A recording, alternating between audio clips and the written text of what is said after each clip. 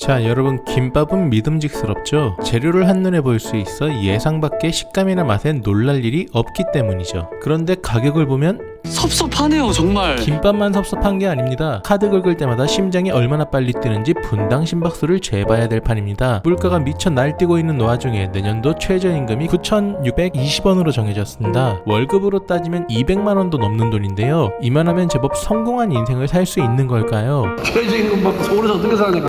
아무래도 쉽지 않은가 봅니다. 그렇다면 성공한 인생을 산다는 건 대체 어떤 걸까요? 저기 국민학생 친구들에게 좀 물어볼까요? 우리 다음에 성공하면 뭐 할까? 그런 류 사야지. 차부심 오늘의 이야기. 1986년 최저임금과 함께 등장했던 성공한 인생의 상징 그랜저 이야기입니다. 과연 최저임금으로 성공한 인생이라는 그랜저를 사려면 시대별로 도대체 얼마나 노력해야 했을까요? 36년이라는 시간 동안 그랜저는 어떻게 성공의 상징이 되었고 우리 사회가 생각하는 성공의 모습은 어떻게 변해왔을까요? 최저임금으로 본 그랜저 이야기, 최저임금으로 성공한 인생을 사는 법에 대하여 시작하겠습니다.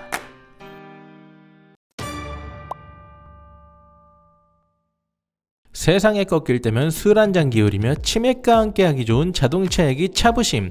차부심 오늘의 이야기. 최저임금과 함께 태어난 성공한 인생의 상징 그랜저 이야기입니다. 자, 대한민국 최고 장수 세단 현대 그랜저가 7세대 풀체인지 모델 출시를 앞두고 있어요. 그랜저하면 뭐가 제일 먼저 떠오르세요? 아마 적지 않은 분들이 성공이라는 단어를 떠올리실 거예요. 실제로 많은 탑스타분들이 그랜저를 애용했는데요. 삐에로는 우릴 보고 웃는 조선디바 김한선, 20년째 리즈 시절인 국민 MC 유재석, 두 사람 모두 유명한 그랜저 오너였죠. 그런데 한 가지 재미있는 사실은 두 사람에 대한 평가가 전혀 다르다는 겁니다. 김한선 씨는 그랜저를 타고 와 진짜 성공했구나, 대단하다 이런 소리를 들었는데, 유재석 씨는 그랜저를 타고 와 진짜 검소하다, 역시 윤우님 이런 소리를 들었단 말이죠. 왜 이런 차이가 나는 걸까요? 자, 그래서 저는 이제 곧 7번째 풀체인지 모델이 출시될 그랜저의 36년 역사를 돌아보면서 세 가지 얘기를 해보려고 해요. 첫 번째, 그랜저는 진짜 성공한 인생의 상징일까? 두 번째, 그랜저는 어떻게 성공한 인생의 상징이 된 걸까? 세 번째, 그랜저는 앞으로도 계속 성공의 상징일까? 이렇게 세 가지를 알아보려고 해요. 자, 이 내용을 분석해 전해드리기 위해 캐스퍼 3기통처럼 작고 귀여운 저 차돌박이의 전두엽, 측두엽, 후두엽을 풀가동한 결과 아주 재미있는 사실 하나를 알아냈습니다. 성공의 상징이라는 회장님 차 그랜저가 처음 출시된 1986년, 그 회장님 밑에서 일하는 노동자의 최소한의 권리를 위한 제도, 바로 최저임금법이 처음 만들어졌다는 사실 말입니다. 과연 시대별로 최저임금을 받는 사람이 얼마나 열심히 일해야 성공한 인생의 상징이라는 그랜저를 살 수 있었을까요? 자, 지금부터 저는 이 수치를 저그지수라고 부르겠습니다. 이 저그지수 분석을 통해 그랜저가 왜 성공한 인생의 상징이 되었는지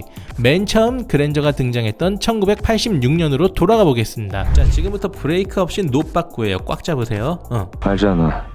운전은 내가 있지 방인 거. 1986년 최초의 그랜저가 우리나라에 등장했습니다. 자, 여기 뒷유리 창문 각진 거 보이시죠? 사방이 각진 근엄한 디자인으로 탄생한 그랜저. 비록 수동 모델밖에 없었고 백미러도 직접 손으로 접어줘야 했지만 국내 최초로 적용된 기술이 9개에 달할 정도로 당시로서는 첨단의 끝을 달리던 고급 자동차였어요. 무엇보다 가장 큰 경쟁력은 그랜저는 전륜구동이었기 때문에 험지와 사계절이 뚜렷한 우리나라에서 확실한 강점을 보일 수가 있었고 뒷자리가 훨씬 더 쾌적했어요. 거기다가 88 서울올림픽 공식 의전 차량으로 다른 경쟁사의 고급차를 모두 제끼고 그랜저가 선정됐는데, 이 당시 올림픽 개막식 시청률이 85%였어요. 거의 전 국민이 그랜저의 해외 귀빈들이 타는 모습을 보기 시작하면서 국산차 넘버원 이꼴 그랜저, 이런 공식이 전 국민의 머릿속에 성립이 됐어요. 자, 이렇게 그랜저가 최고로 인정받기 시작한 1988년 최저임금이 최초로 시행됐어요. 시간당 462.5원이었습니다. 과연 최저임금으로 그랜저를 사려면 도대체 얼마나 노력해야 했을까요?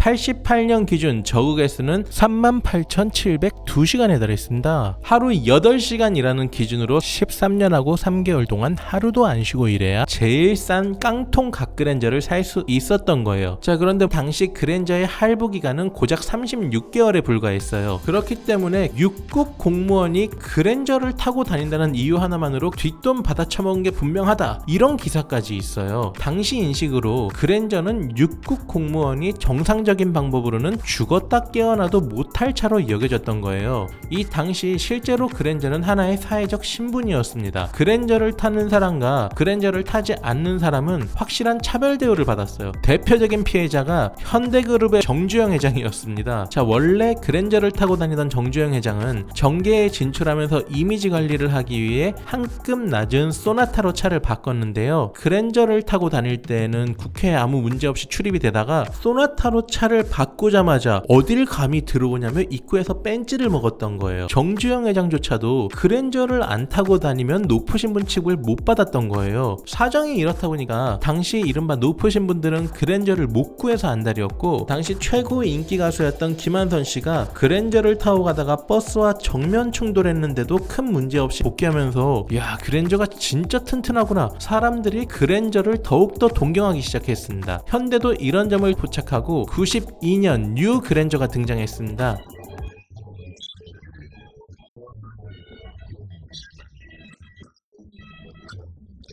단언컨대 당시 대한민국 국산차 중에서 제일 안전한 차였습니다. 국산차 중에 유일하게 에어백이 달려 있었거든요. 국내 최초로 구동력을 컨트롤하는 트랙션 컨트롤 시스템을 탑재하고 초음파로 노면 상태를 파악해 서스펜션의 감쇄력을 제어하는 프리뷰 ECS 등 각종 안전 기술을 강조하면서도 2세대 뉴 그랜저의 저그 개수는 정확히 2만 시간이었어요. 1850만 원으로 출시된 제일 낮은 트림 뉴 그랜저를 사기 위해 최저임금 925원을 받아가면서 6년 10개월 동안 하루도 안 쉬고 일해야 했단 얘기죠. 여전히 최저임금 노동자로서는 그랜저는 주문조차 넣을 수 없는 꿈의 자동차였죠. 하지만 상대적으로 구하기 쉬워진 덕분에 구매를 망설이고 있던 부유층들은 열광했습니다. 그런데 그랜저 오너가 폭발적으로 증가한 게 현대 입장에서는 마냥 좋은 일이 아니었습니다. 생각도 못했던 황당한 사고가 연이어 터졌기 때문이죠. 대표적인 사고로 롯데그룹 회장 아드님께서 그랜저를 몰고 가다가 프라이드가 앞에 끼어드니까 건방지다며 프라이드 운전자를 집단 폭행하는 일이 벌어졌던 거예요. 그랜저 타면 다냐, 이런 사회적인 비난까지 생겨났어요. 더 황당한 건 그랜저에 대한 엉뚱한 원한까지 생겼다는 거예요. 지존파 사건이었죠. 당시 지존파는 그랜저를 타는 사람은 당연히 부자고 우리는 부자를 죽일 거다, 이런 황당한 생각을 하면서 그랜저를 타는 사람을 범행 대상으로 삼아 끔찍한 범죄를 저질렀습니다. 이렇게 그랜저를 타고 다니는 사람이 천인공노할 범죄를 저지르고 그랜저를 타고 다니는 사람이 범죄의 대상이 되는 일까지 벌어지면서 그랜저의 위신 자체가 크게 흔들려 버렸습니다. 거기다가 수입차 시장이 개방되면서 결국 현대는 특단의 조치를 내리게 되는데 바로 그랜저를 버리려고 결심했던 겁니다. 현대는 2세대 뉴 그랜저를 더욱 고급화시킨 페이스리프트 모델을 출시하면서 이름을 다이너스티로 개명해버렸어요. 거기다가 새롭게 대형 플래그십 에코스 개발에 착수하면서 그랜저는 순식간에 서열이 잠정 3위로 추락하면서 더 이상 현대의 최고 자동차가 아니게 됐던 거예요. 그런데 현대가 그렇게 그랜저를 버리려 했던 것과는 별개로 그랜저의 브랜드 가치는 소비자들의 머릿속에 강력하게 인지되어 있었어요. 이 당시 그랜저의 위상을 잘 나타내는 아주 엄청난 사건 하나가 있었는데요. 바로 탈옥수 신창원 사건입니다. 교도소를 탈옥한 살인범 신창원이 탈옥 초기 훔친 그랜저 차를 타고 다니다가 주민신고로 검거될 뻔했었는데요. 신창원을 알아보고 신고한 게 아니에요. 젊은 사람이 그랜저를 타고 다니는데 수상하다, 이런 이유로 사람을 신고하던 시대였어요. 10년이 넘는 시간 동안 회장님 차로 각인된 그랜저는 다이너스티 출시 이후로도 대형 세단 판매량의 절반 이상을 차지하고 있었고 막상 버리려니까 너무 버리기 아까운 패가 되어 있었습니다. 결국 현대는 그랜저를 새롭게 포지셔닝하기 시작했습니다.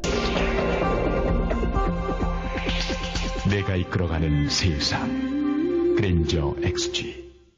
3세대 그랜저 XG의 내가 이끌어가는 세상, 이게 무슨 뜻일까요? 바로 내가 직접 운전을 한다는 뜻이었죠. 기존의 그랜저가 오너가 뒷좌석에 앉고 따로 운전수가 운전하는 쇼퍼 드리븐 감성이 기본 베이스였다면 현대는 자체 개발한 EF 소나타의 플랫폼을 베이스로 사용하면서 본인이 직접 운전하는 오너 드리븐 차량으로 그랜저의 정체성이 변해버린 거예요. 그래서인지 회장님 차에는 당연히 있어야 되는 뒷좌석 전동 리클라이닝 기능도 과감하게 삭제해버렸습니다. 합니다. 저그 개수를 봐도 차급이 확 낮춰진 게 확인돼요. 그랜저 역사상 최초로 최저임금으로 살 수 있는 그랜저였습니다. 1998년 깡통 그랜저 XG의 저그 개수는 13,508시간, 하루 8시간 기준으로 4년 8개월 동안 일하면 이론상으로나마 그랜저를 살 수 있다는 얘기예요. 그런데 쇼퍼 드리븐에서 오너 드리븐으로 강등을 당한 게 오히려 그랜저 XG의 호재를 불러왔습니다. IMF로 국가 경제가 개박살났기 때문이었죠. 애들을 가르친다는 교과서에서 국민이 사치해서 국가 경제가 개박살났다는 소리를 하던 시절이고, 아껴 쓰고 나눠 쓰고 바꿔 쓰고 다시 쓰자, 근검 절약을 안 하면 매국노 취급받던 시기였어요. 이제부터 100원을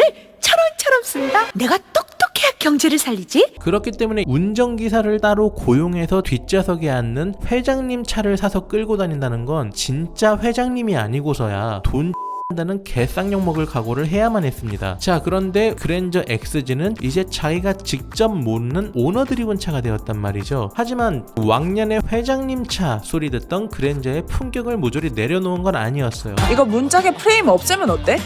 이게 훨씬 고급스럽네. 국내 최초로 적용된 프레임리스 도어는 당시로서는 어떤 차에서도 찾아볼 수 없던 혁신적인 디자인이었고, 플래그십 자동차에나 달리던 풋브레이크를 달아놓고 모든 엔진 트림을 싹 6기통으로 통일을 해버렸어요. 그 덕분에 일반적으로 4기통 엔진을 쓰는 중형차와 차별화에 성공할 수 있었고, 소나타와 플랫폼을 공유하면서도 소나타보다는 확실히 고급진 차, 이렇게 인식돼서 차별화에 성공할 수가 있었던 거죠. 고급차를 원하고 구매할 경제적 여력은 되지만 소비에 눈치가 보였던 실수요층들이 맘 편하게 선택할 수 있는 고급차가 되면서 그랜저 XG는 불경기가 무색할 정도로 엄청난 판매량을 기록하게 됩니다. 한편으로 그랜저 XG는 해외 수출을 시작했습니다. 그리고 북미 시장에서 현대차에 대한 인식을 바꾸게 되는 첫 시발점이 되었습니다. 현대는 꾸준히 북미 시장 진출을 노려왔지만 한계점이 있었죠. 바로 엔트리급 프리미엄은 단 한 대도 없었다는 거예요. 그렇기 때문에 96년 방송된 심슨 시즌8 에피소드를 보면 흥미로운 장면이 하나 나와요. I make superintendent money, which amply covers both food and car.